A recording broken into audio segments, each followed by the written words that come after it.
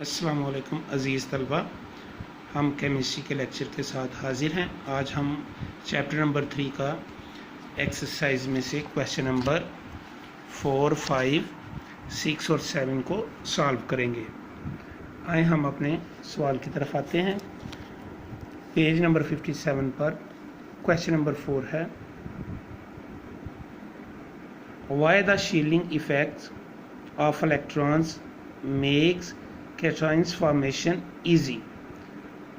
Shielding effects की वजह से किसी भी एटम में कैटायंस फॉर्मेशन यानी पॉजिटिव चार्ज बनाना आसान क्यों होता है। अजीज़ तलबा,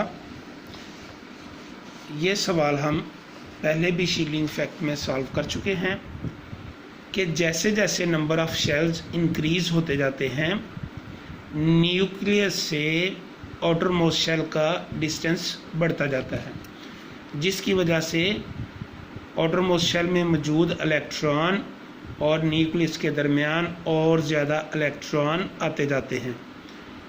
जितने ज़्यादा इलेक्ट्रॉन होंगे उतना शील्डिंग इफेक्ट बढ़ता जाता है और आउटर मोस्ट शेल के साथ मौजूद इलेक्ट्रॉन और न्यूक्लियस के दरमियान अट्रैक्शन की फ़ोर्स कम होती जाती है, जिसकी वजह से आउटर मोस्ट शेल से इलेक्ट्रॉन्स को रिमूव करना आसान हो जाता है। इस सवाल का आंसर है, the increase of atomic number results in increase of shielding effects. Due to this it is easy to take away electron from the outermost shell. Therefore, shielding effects of electrons make cations formation easy. सवाल number 5 था, What is the difference between Mendeleev periodic law and modern periodic law? अजीज़ तलबा, ये सवाल भी हमने solve कर लिया हुआ है। मैं आपको बताता जाऊँ कि सवाल नंबर 5 और 6 आपको सिर्फ याद करने के लिए, ये आपने लिखने नहीं है, क्योंकि ये आपने दौरान लेक्चर पहले लिख चुके हैं। मैं आपको बता देता हूँ इनके आंसर किधर हैं।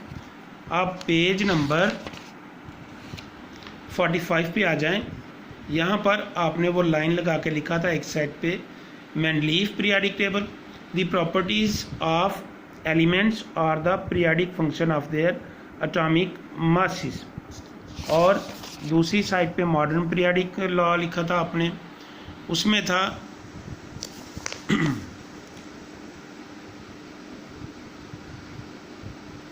The modern periodic table is based upon the arrangements of elements according to increasing atomic number. ये इसका आंसर था, पेज नंबर 40।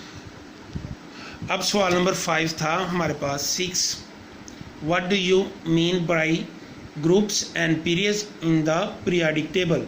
अजीज़ तलबा, इस सवाल को भी हम हल कर चुके हैं। आप पेज नंबर 47 पर आ जाएं। यहाँ पर हमने हेडिंग्स दी हुई थी, horizontal rows of elements in the periodic tables are called periods, they are 7 in numbers. The elements in the period have continuously increasing atomic number, that is continuously changing electronic configuration along the period. और अब उसकी दूसरी side पे आप लिखेंगे, vertical columns in the periodic tables are called groups. These groups are numbered from left to right as 1 to 18. The elements in the group do not have continuously increasing atomic number. ये दोनों सवाल आप copy पे लिखेंगे नहीं, क्योंकि आप already इसको लिख चुके हैं। अब क्वेश्चन नंबर 7 है, why and how elements arrange in the 4th period. इस सवाल का जवाब आप लिखेंगे।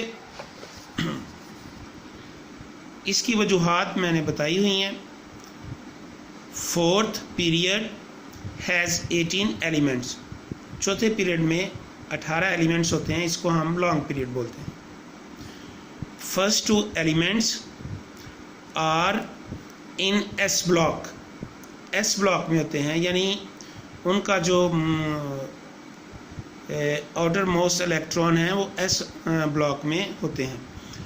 Next 10 elements are in d block.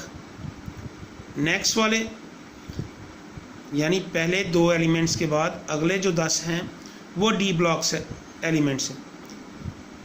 अब ये 10 और 2 12 हो गए। नेक्स्ट वाले 6 रह गए। Next 6 elements are in p block.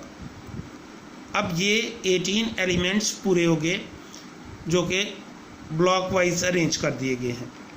अब क्वेश्चंस था वाई, उनको 4th पीरियड में हाउ एंड वाई। ये तो हाउ का आंसर हो गया कि किस तरह हमने अरेंज किया। अब वाई, कैसे, क्यों अरेंज किया इनको।